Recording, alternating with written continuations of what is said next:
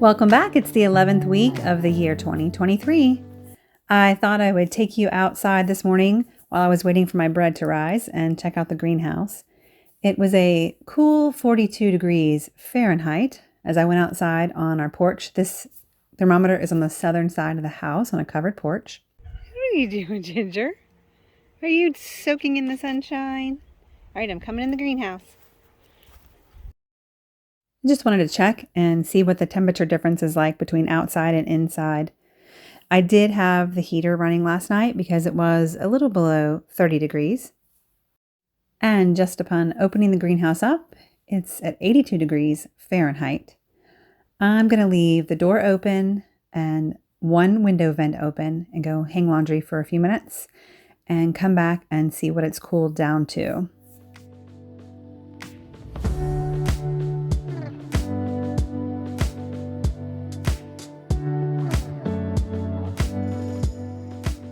And here we are, 5 minutes later, and we're down to 75 degrees. So it's 42 degrees outside and 75 degrees inside the Harbor Freight greenhouse with one door and one window vent open. And speaking of waiting for my bread to rise, earlier this morning I retrieved my sprouted and dehydrated wheat berries from my Excalibur dehydrator. I soak these wheat berries for between 6 and 10 hours, and then I spread them out on these dehydrator trays, and I let them sprout for another 8 to 12 hours, and then I turn the heat on to the lowest setting. I think it's around 95. I might go up to 100 degrees Fahrenheit, and I dry them until they're dry, usually, 10 to 12 hours. And then when they're all dry, I collect them into one spot.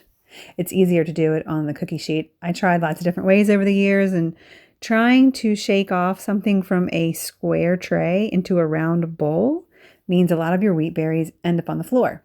So the cookie sheet has worked out best for me. And then I store these in a Ziploc bag in the refrigerator and use them as needed. But today I use some right away. So 2 cups at a time, I grind them in the Vitamix flour grinder. And that is what I use for my bread recipes. Now, I only use the sprouted grains for my regular yeast bread. If I am making sourdough, I don't bother sprouting the grains because the same thing is happening essentially. When you sprout the grain, you're reducing the gluten content in the grain. And making sourdough does the same thing by fermenting it.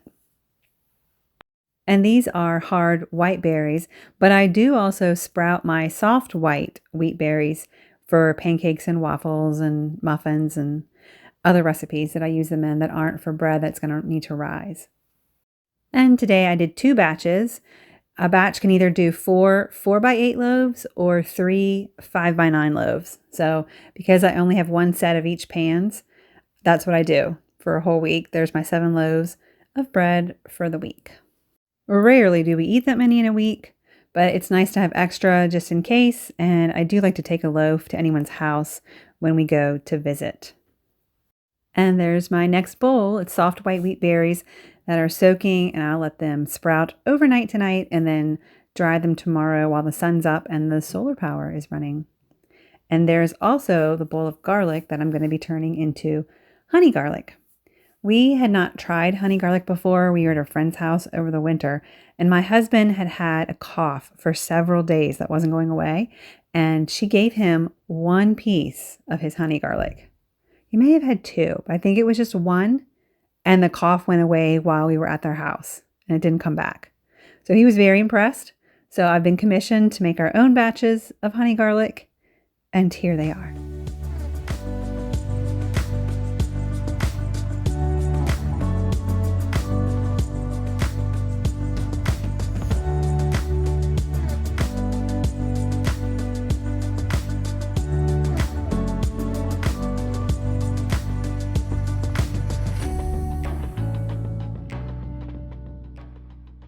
And out in the garden over this past week, in addition to harvesting spinach and kale, I'll take you around and show you what was planted.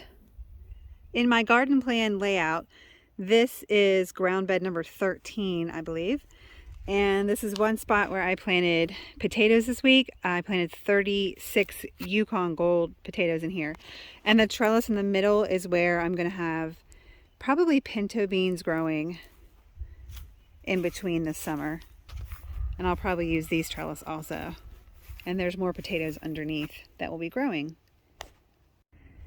Over here is ground bed number 9, and I'm doing an experiment this year. I've never done it before. I laid out where I'm going to have rows of corn, so that's what the stakes are for, and there'll be a 4th one over here when the peas are done.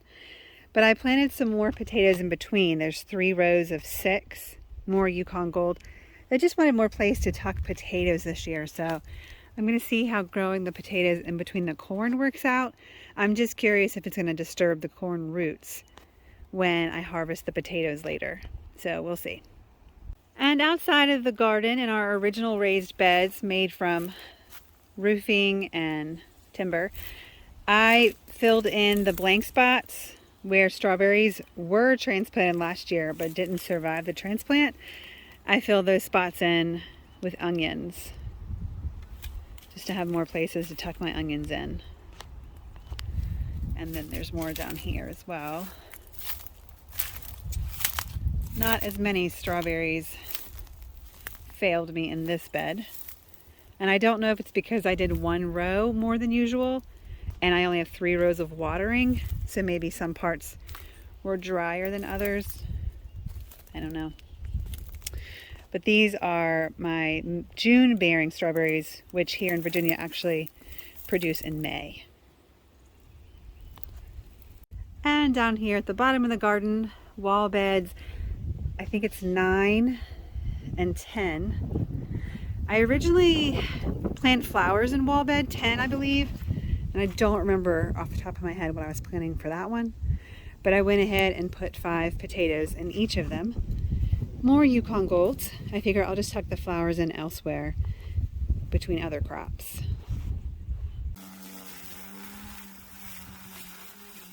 And here on the southern side of my house, I wanted to add in a few more potatoes that I hadn't planned for. Last year in the spring, I had sunflowers growing in this bed.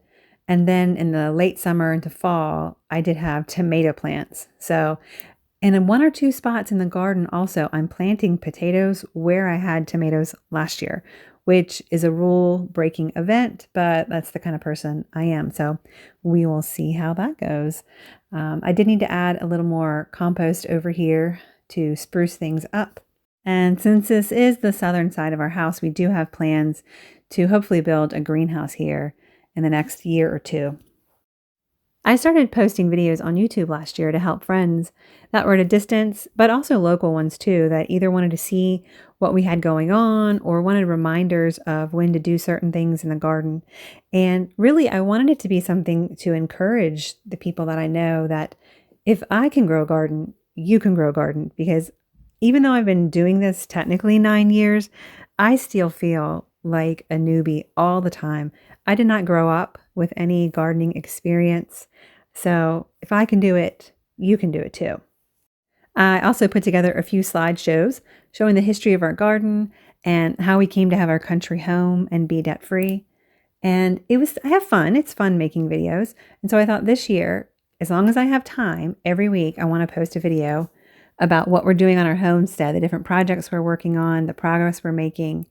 And I really also want to record the garden and keep track of stuff. And this will help remind me what I do and don't like when the end of the year comes and what changes to make. So it's just a new way of logging what I do instead of just photos. However, posting stuff on here really is just for fun for me. I enjoy making the content for my friends and family. This is not my job, not my career. I have plenty of other stuff to keep me busy. Sometimes I think I shouldn't have even started this, but I do enjoy it as a creative outlet and a way to share with others. But I'm not building an empire. I'm not selling anything or any products.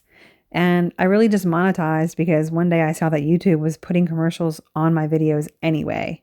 So I figured I might as well get a cut of that action.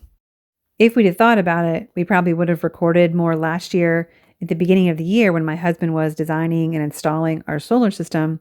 but we didn't. But that did change our homestead. We are off-grid completely now. We do still have the electrical grid connected to the house, so we have it for backup just in case.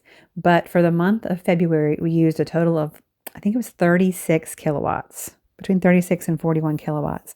And our total electric bill was $36 for the month of February.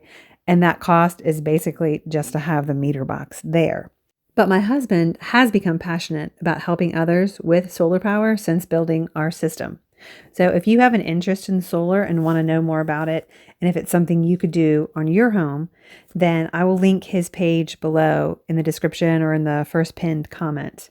And you can go check out what he's doing over there this year and in the coming years. As this video comes to a close, I want to remind you, life is short, and it's definitely not worth wasting time being fearful. So as that wise King Solomon said, live joyfully.